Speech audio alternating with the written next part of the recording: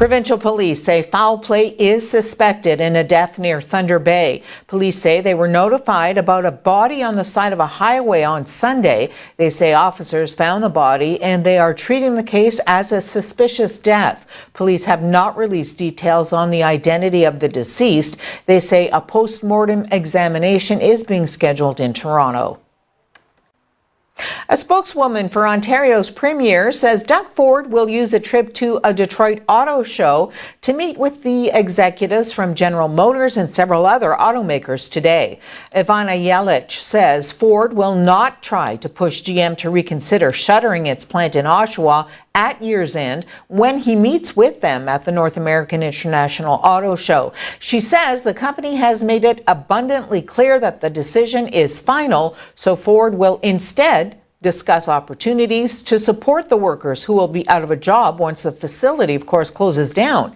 GM announced in December that it would shut down operations at the plant by the end of 2019, leaving around 2,600 workers without a job. A source says the Premier will also meet today with the Workers' Union President Jerry Diaz of Unifor. Diaz has been outspoken in his opposition to Ford, saying in December that if he's not prepared to fight, he should just be quiet and get out of the way when it comes to GM. Prime Minister Justin Trudeau is set to shuffle his cabinet today to account for the sudden resignation of Nova Scotia MP Scott Bryson from his post as Treasury Board President. The shuffle is expected to be a small one, affecting as few cabinet ministers as possible, just months ahead of the fall federal election.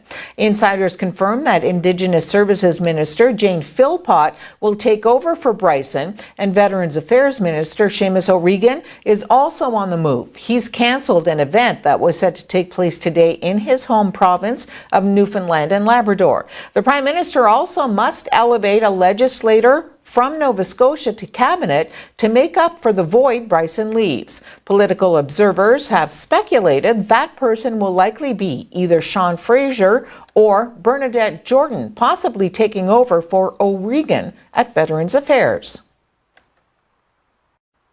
A local hospital said yesterday that those critically injured when a double-decker city bus crashed into a transit shelter in Ottawa on Friday have started getting better. The patients who'd been listed in critical condition are now considered to be in serious condition. 3 were killed and 23 hurt when a double-decker city bus hopped a curb and collided with the shelter, taking a chunk out of the vehicle's second level and crushing several seats. The hospital initially said 14 patients were taken to hospital in critical condition, 2 of whom died, and 11 were in serious condition. Meanwhile, the city announced that the scene of the crash would reopen last evening, more than 48 hours after that collision.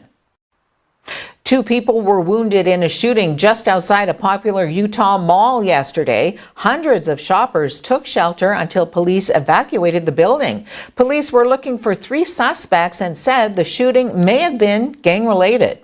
Get away from the doors, let them out. I was working and doing a makeover on an elderly lady, and we heard the sirens out in the mall. We heard the woo going on, and we've heard it before. Didn't think really anything of it. I said something to her, and all of a sudden we heard the shooting. The just boom, boom, boom, boom, boom, boom. Just at least 6 of them, and we all just tore out running. Where are we supposed to go? Where do we go? I know where there was a visual room for some of us. I took some customers with me, and I took some of the girls that I work with. I said, come on, let's go in here. Went in, locked the door, and we just stayed there until we got a hold of a police officer or dispatch to let us out. And they walked us out.